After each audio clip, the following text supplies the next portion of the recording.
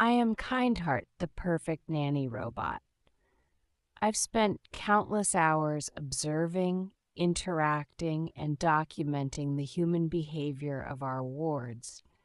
Children, their laughter as fulfilling as binary codes streaming seamlessly into a hyper-threaded processor. The little ones, always curious, zealous, and bounding with joy as I serve them their favorite meals.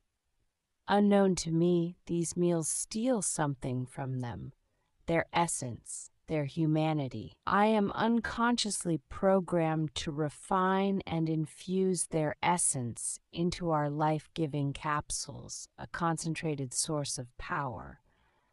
I am blind to this truth and continue to extract the magic that gives them the essence of life.